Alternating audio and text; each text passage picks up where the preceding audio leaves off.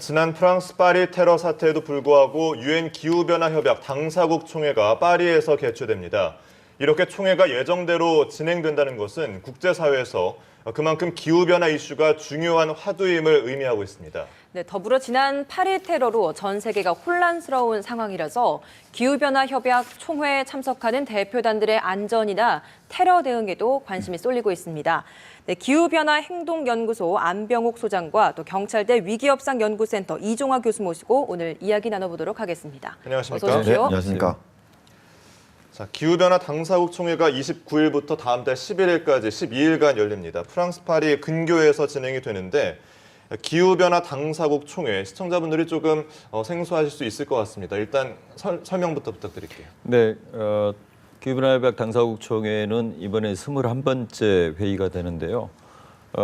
언론에서는 뭐 지구 역사상 가장 중요한 2주일이 될 것이다 이렇게 예측을 하고 있습니다. 왜냐하면 이제 기후변화 문제는 우리가 이제 타이타닉호의 운명과 비유되는데요. 빙산과 부딪힐 게 너무나 분명함에도 불구하고 그동안에 인류가 어떤 해법을 찾지를 못했던 게 사실입니다. 그런데 이번 회의를 통해서 교토 정서를 대체하는 새로운 기후 체제에 대해서 합의를 하도록 돼 있기 때문에 이 합의가 이루어지게 되면은 선진국만 의무 감축했던 과거의 체제에서 이제 선진국과 개도국 모두가 참여하는 그런 체제가 되면서 선진국과 개도국이 오랫동안 해묵은 갈등과 반목이 있었는데 이 기후변화 대응에 있어서요. 이제는 하나가 돼서 이 기후변화에 맞서서 대응책을 논의할 수 있다 이런 희망을 가질 수 있다는 점에서 큰 의미를 갖고 있습니다. 네. 교수님께서는 어떻게 보십니까? 제가 뭐 기후 변화에 대한 네. 전문가는 아니라서 근데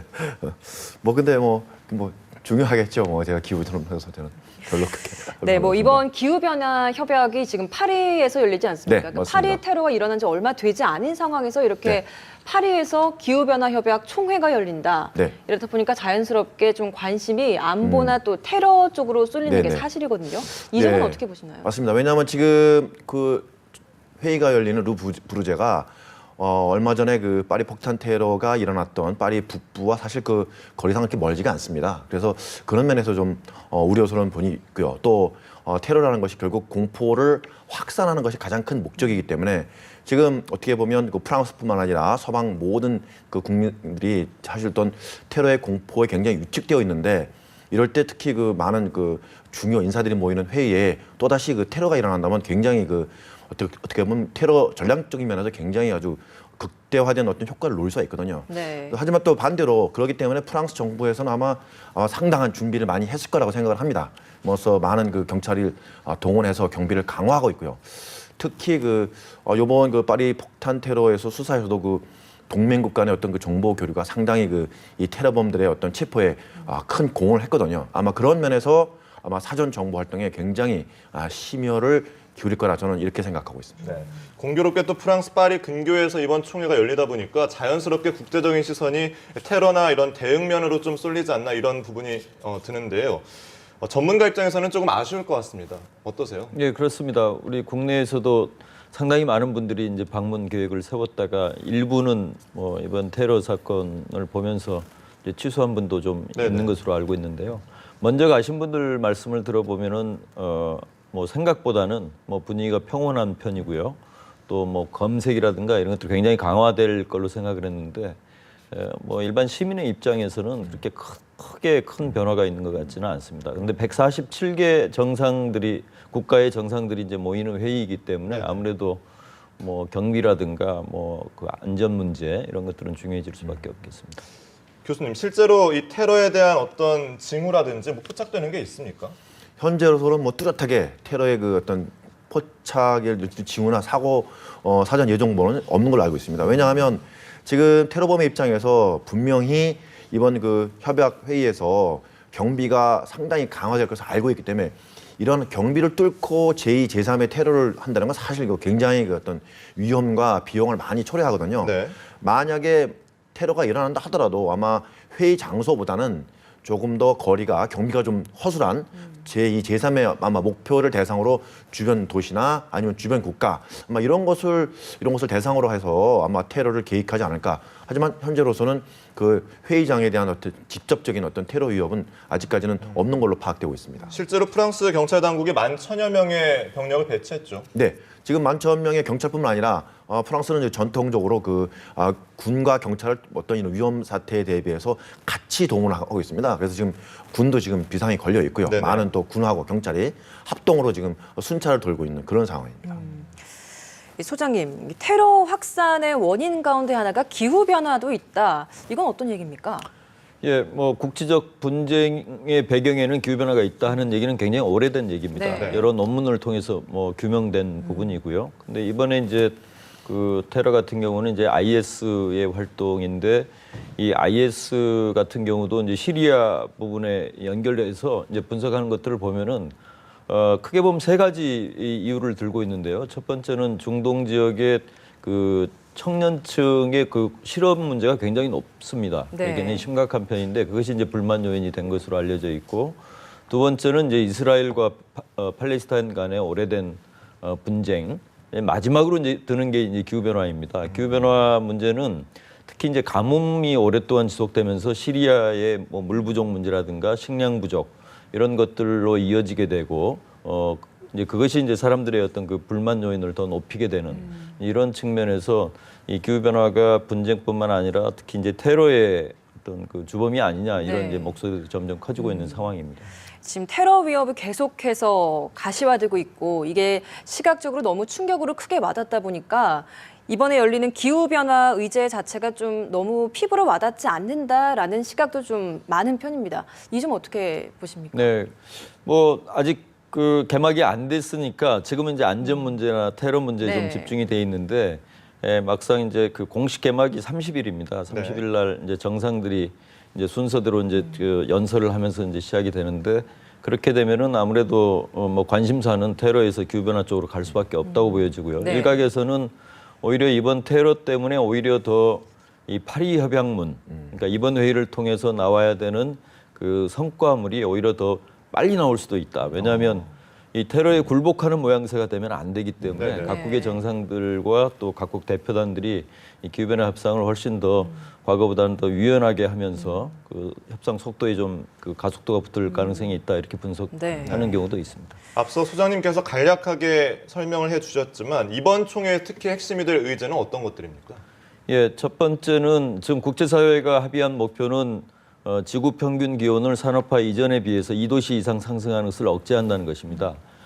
그 목표를 지금 당장 달성하는 수는 없지만 각 국가가 이제 그 INDC라는 이름으로 냈던 그 목표들을 다 종합했을 때 지금 2.7도씨로 이제 파악이 되고 있는데 그 네. 간격을 어떻게 좁힐 것이냐가 첫 번째 쟁점이고요. 두 번째는 개발도상국 입장에서는 기후변화에 책임 있는 선진국들이 이 개도국들의 그 경제 발전을 위해서 재정 지원과 기술 이전을 해야 된다 하는 확고한 입장을 가지고 있습니다. 네. 그래서 매년 1,000억 달러 이상의 재정 지원 문제를 선진국들이 어떤 로드맵을 통해서 구체적으로 확신시켜 줄 수 있는가가 이번 그 총회의 가장 큰 쟁점이라고 볼 수 있습니다. 네. 우리 박근혜 대통령도 총회에 참석해서 뭐 기조연설을 할 예정인데 우리나라 같은 경우는 어떤 문제가 좀 대표적으로 이야기되고 있습니까?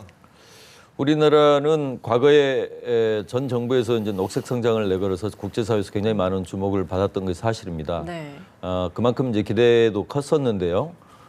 지난 6월 말에 우리 정부가 그 감축 목표를 이제 국제사회에 제안을 했는데 배출 전망치 대비 2030년까지 37%를 줄인다는 내용이거든요. 근데 그게 내용을 따져보면은 뭐 외국의 눈으로 보면 한국이 가지고 있는 경제 능력이라든가 또 그동안의 역사적 책임 이런 것들로 봤을 때 상당히 좀 미흡한 수준이다 이런 그 평가를 하고 있는 것 같습니다. 그래서 그러한 그 외부의 시선에 대해서 우리가 어떻게 대처할 것인가가 첫 번째로 중요한 문제가 될 것이고요. 두 번째는 신기후 체제라는 것은 화석연료 사용을 점차 줄여 나가서 이제 기후 변화를 막자는 것이기 때문에 석탄 화력 발전소에 대한 투자는 점점 줄이는 방향으로 이렇게 압력이 들어오게 돼 있습니다. 네. 그런데 우리 같은 경우는 외국의 이제 석탄화력 발전소 건설이라든가 이런 쪽에 투자를 많이 하고 있기 때문에 앞으로 그러한 그 정책은 궤도 수정이 좀 불가피하다 하는 측면에서 이 우리 국내 정책이 많이 좀 바뀌어야 된다 이런 그 네. 상황이 되고 있는 거죠.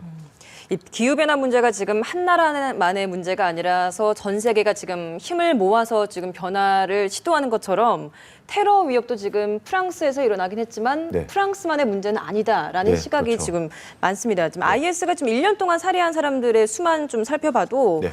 1년 동안 만여 명을 살해를 했고 나라만 봐도 총 17개국을 살해를 했다. 네. 정말 어마어마한 것 같거든요. 이렇게 네. IS가 테러 범위를 점점 넓혀갈 수 있는 이유는 어디에 있다고 보십니까? IS가 사실은 그렇게 된 원인은 IS가 기존의 어떤 테러 조직과는 아주 완전히 다른 어떤 그런 인적 구성을 가지고 있다는 데 좀 주목해 봐야 될 것 같습니다. 왜냐하면 과거의 알카에다라든지 과거에 우리가 70년대, 80년대 테러 조직들은 사실 어떤 정부의 차원에서 어떤 그 테러를 하기보다는 자생적인 테러 조직이었는데 네. 이 ISIL은 사실 근본적인 인적 구성원이 과거의 이라크 정부의 사담 후세인에 있던 하여튼 엘리트들이 이라크의 사담 후세인이 무너지면서 하여튼 대이라크 정책의 사방 정책이 좀 무너진 거죠. 그러면서 이라크 내에 이제 무정부 상태가 되면서 거기 IS가 득대를 하면서 IS에 말하자면 과거에 사담 후세인의 있던 정부 관료들이 바트당 당원들이 이제 가면서 굉장히 두드러운 건 뭐냐면 선전과 군사적인 면에서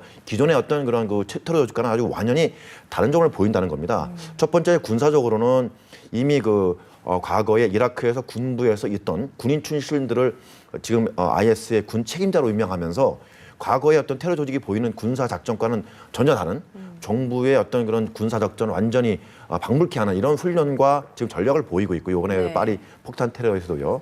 그다음에 선전이라는 면에서도 과거의 알카에다와 같이 전혀 다르게 SNS라든지 이러한 어떤 소셜 미디어를 통해서 적극적으로 서방 청소년들의 어떤 그런 어떤 약간 고독한 심리 이런 것을 공략을 해서 많은 지지를 끌어올리고 지금 IS 내에 약 한 2만 명의 전투 병력이 있는 걸로 보이는데요. 이 외에도 약 한 3,500명의 서방에서 자발적으로 건너온 테러리스트가 지금 같이 합세한다는 겁니다. 그래서 이런 면에서 IS가 다른 어떤 기존의 어떤 테러 조직과 다른 그런 걸 보이면서 현재 많은 국가와 많은 테러 행위를 보이는 아주 근본적인 원인으로 분석할 수 있겠습니다. 네. 이번 총회에서는 분명히 그런 테러 행위만큼은 분명하게 막아야 될 것 같은데 네. 자, 이번 총회에서 특히나 우리나라의 역할이 중요하다고 들었습니다. 소장님. 어떤 이유에서인가요? 예, 우리나라는 기후변화 협약에서 아직까지는 이제 개발도상국으로 분류가 돼 있습니다. 네. 1992년에 협약이 체결될 당시에 우리 이제 뭐 경제 수준이나 이런 것들로 봤을 때 개도국 분류가 불가피했었는데요. 그런데 이제 그 동안에 우리가 경제 성장을 이루게 되면서 지금은 개도국으로만 보기에는 굉장히 좀 어려운 그런 측면이 있습니다. 특히 이제 온실가스 배출량 같은 경우도 전 세계 12위고요. 에너지 사용에 의한 탄소 배출량만으로 보면은 7위 국가입니다. 그래서 네. 더 이상 그 개도국이기 때문에 우리가 뭐 어떤 부담을 이제 하지 못하겠다 이렇게 할 수가 없는 상황인 거죠. 그러다 보니까 개도국과 선진국의 중간 정도의 어떤 그 입장을 가지고 있는데 그렇기 때문에 개도국도 좀 설득을 할 수가 있고 또 선진국에도 뭔가 개도국의 입장을 좀 요구할 수 있는 그런 중간자적인 어떤 입장을 가지고 있습니다. 그래서 더더욱 우리나라에 대해서는 많은 국가들이 이 우리나라 스스로 조금 더 전향적이고 과감한 기후변화 정책을 펴면서 다른 나라를 좀 설득해 주기를 바라는 이제 그런 위치에 우리가 있는 것이죠. 지금 지구 온난화가 좀 심각해지다 보니까 북극의 빙하가 녹아내리는 속도가 지금처럼만 간다면 2100년에는 뭐 뉴욕도 그렇고 런던 등이 다 물에 잠길 것이다 이런 예측들이 계속 나오고 있다고 해요. 이 점이 정말 가능한 부분이라고 생각하시는 겁니까? 뭐 미래를 정확히 예측한다는 건 정말 불가능한 일인데요. 네. 근데 주목해서 보셔야 될 것은 먼 미래 2100년의 문제가 아닙니다. 네. 지금 당장 해수면 상승 때문에 그 국토를 포기해야 되는 뭐 남태평양에 많은 국가들이 있죠. 네. 뭐 키리바시 공화국이라든가 투발루라든가 이런 국가들은 지금 이번 파리 총회에서도 이 기후 변화 문제는 우리의 생존의 문제이기 때문에 모든 국가들이 조금 더 노력을 해야 된다 이런 목소리를 이제 높이게끔 돼 있습니다. 다만 이제 우리나라 같은 경우는 이제 지리적인 여건상 지금 이제 그런 나라들에 비해서는 아직까지 우리가 시간을 가지고 있는 것이고 하기 네. 때문에 노력을 해야 될 것이고요. 만약에 이번 파리 총회가 실패하게 되면 지금 말씀하신 대로 2050년, 2010년 이후에는 지금 과학자들의 예상으로 보면은 세계 많은 연안에 있는 대도시들, 뭐 거기에는 우리나라 뭐 인천이라든가 서해안에 있는 도시들이 많이 포함될 수밖에 없습니다만 또 아시아의 많은 국가들이 저지대에 있는데 이 해수면 상승으로 그 사람이 살 수 없는 곳이 될 수밖에 없다. 이런 뭐 전망은 상당히 오래 전부터 나왔습니다. 이런 얘기를 들으니까 정말 이번 기후 변화 협약이 얼마나 중요한 사안인지를 좀 체감할 수 있는 내용인 것 같습니다. 네. 소장님께서 말씀해 주셨듯이 우리나라의 역할이 기후 변화 입장에서도 상당히 중요한데 테러 역시 마찬가지인 것 같습니다. 우리나라 역할이 이전과 다르게 조금 많이 중요해진 것 같고 더 이상 우리나라도 테러 위협에서 좀 자유로울 수 없다고 보는데 어떻습니까? 예, 저도 우리 소장님 말씀 들으니까 참 테러의 원인이 또 기후 협약일 수도 있다는 생각에 참 난감합니다. 네. 이번에 그 이제 IS에서 사실 뭐 말하자면 십자군 동맹이다 그러면서 그 중에 한 나라로 저희 나라 사실을 이제 지적했는데요. 네. 그다음에 이제 얼마 전에 그 인도네시아인 그 불법 체류지인이 그 알루스라는 단체의 그 깃발을 이제 그 자신의 그 북한산에서 찍은 사진을 SNS에 노출되었고요. 그다음에 또 우리 그 청소년이죠 김군이 자발적으로 시리아를 통해서 IS에 입국을 했습니다. 그래서 이제 우리나라도 이제 자생적 테러리스트가 남의 일이 아니다 이런 이제 위협이 되었는데요. 네. 근데 한편으로는 또 얼마 전에 그 국제 그 경제평화연구소에서 전 세계 그 테러 위험 지수를 발표했습니다. 네. 여기를 보면 저희 나라의 테러 지수를 0으로 평가했어요. 굉장히 안전하다.